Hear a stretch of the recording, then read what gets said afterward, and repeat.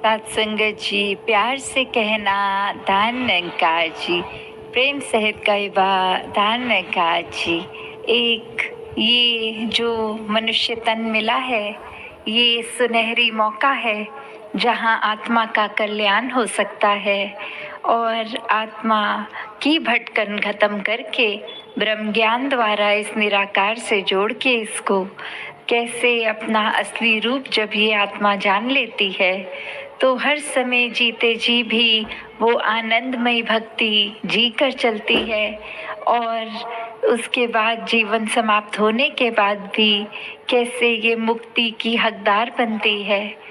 तो अपने जीवन में जहाँ संतों ने युगों युगों से और आज भी हमने जो श्रवण किया, यही समझाया कि मनुष्य एक वाक्य ही मनुष्य बनना है इस जीवन में।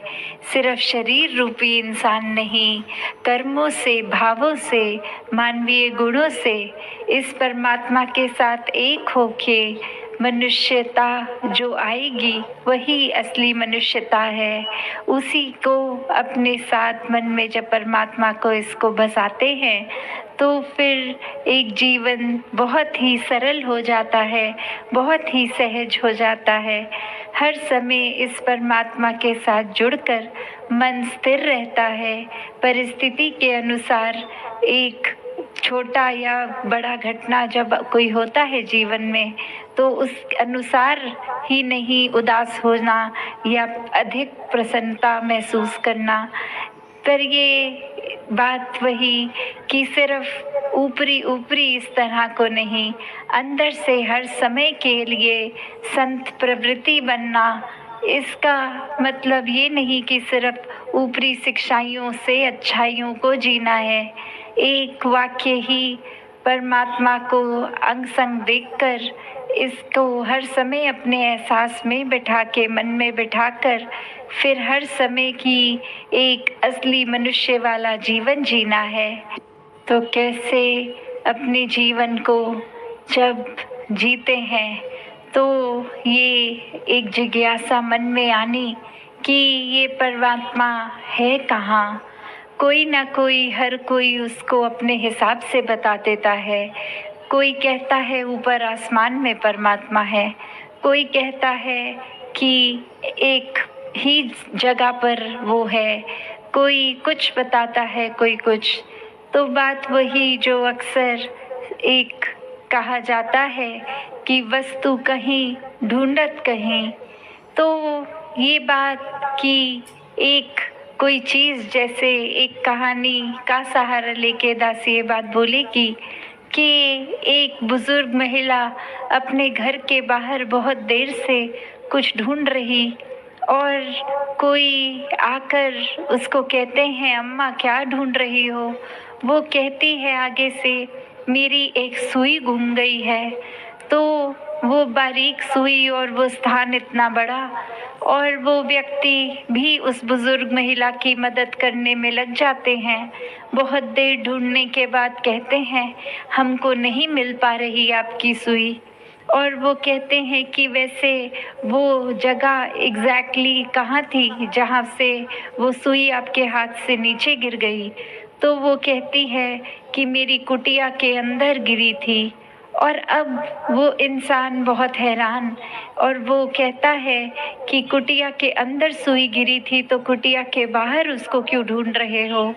तो वो उत्तर देती कि मेरी कुटिया में बहुत अंधेरा है, अगर मैं अंधेरे में एक ज़मीन पे अपना हाथ हिलाऊंगी तो सुई जहाँ होगी मुझे चुभ जाएगी, मुझे खून आ जाएगा, मुझे दर्द होगी। तो इसलिए जहाँ बाहर कुटिया के रोशनी है तो वहाँ ही अपनी सुई ढूंढ रही हूँ। तो ये व्यक्ति जब ये बात सुनता है तो जहाँ उसको हंसी भी आती है कि कहाँ पे वो सुई गिरी है और ये कहाँ ढूंढ रहे हैं, उसी के साथ साथ ये एहसास कि एक जीवन में कोई भी चीज़ जैसे जहाँ है उसको वहाँ नहीं ढूंढा जा रहा, कहीं और ढूंढा जा रहा है।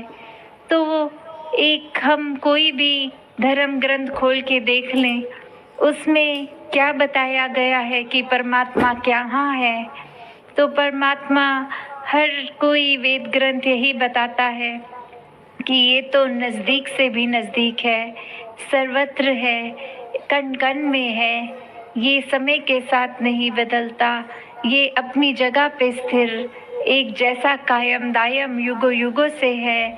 सृष्टि एक ब्रह्मांड की जब रचना नहीं थी, तब भी ये था, और सब जब माया रूप खत्म हो जाएगा संसार का, तो भी इसी ने रहना है।